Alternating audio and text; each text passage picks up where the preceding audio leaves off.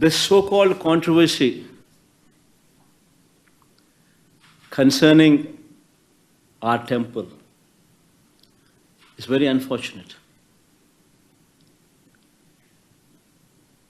The worst part is, why did Chandrababu Naidu resort to such practices? Why did he stoop down to this level? Just today he is advertised in his newspaper, advertised in the newspapers, so-called newspapers supporting him, about his 100 days of regime. He knows very well that during the course of these 100 days, Chandrababu Naidu failed on every promise what he made to the people during his election campaign. He failed on every campaign, he failed on every promise that is mentioned in the manifesto. In the manifesto, he spoke about Super 6. In the manifesto, he spoke about Super 7. And after 100 days, he stands in a situation where people are cursing him for not delivering on those promises. And to divert people's attention from this act of his, he had stooped down to the extent of tarnishing the image and reputation of our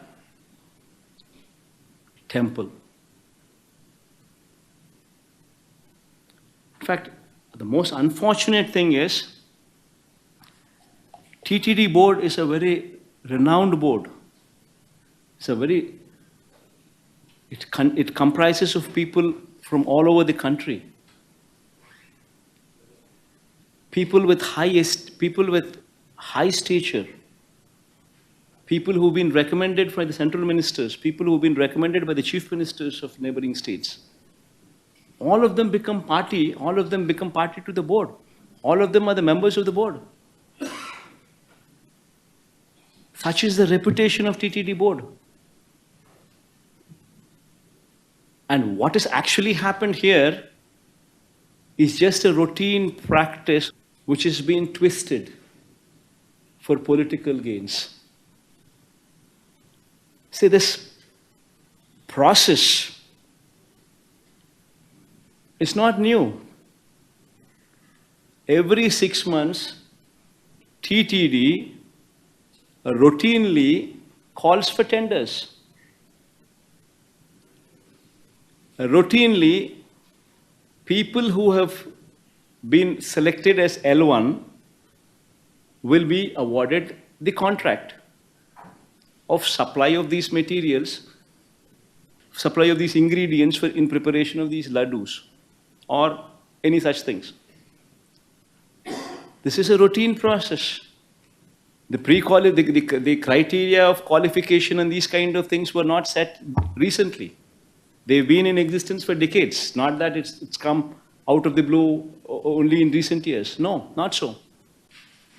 This is a routine process, online tendering process, where anybody who fits into this qualification is free to participate in these tenders online.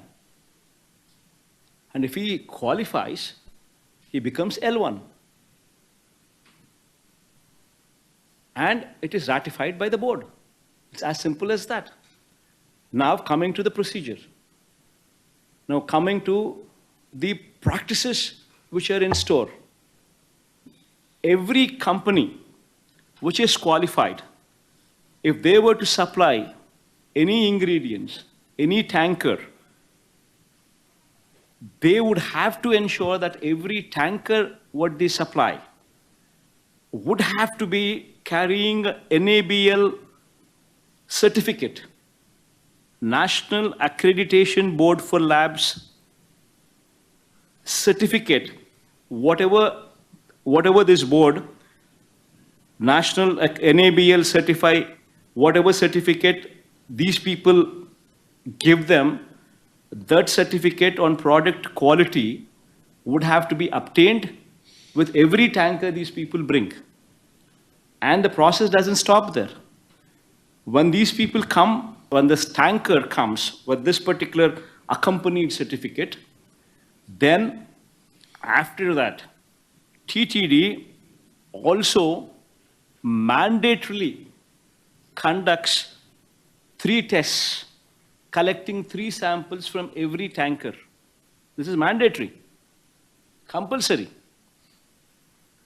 And all the 3 tests conducted by TTD, only when they pass out, then only then the tanker is good to go into the temple, and where the ingredients could be used to make laddus or different kinds of prasadams, what will later be distributed to the devotees. If any tanker fails on any of these tests, even if one test goes wrong, the tanker is stopped. Tanker is not permitted to go inside. Forget about anything else. Forget about consumption.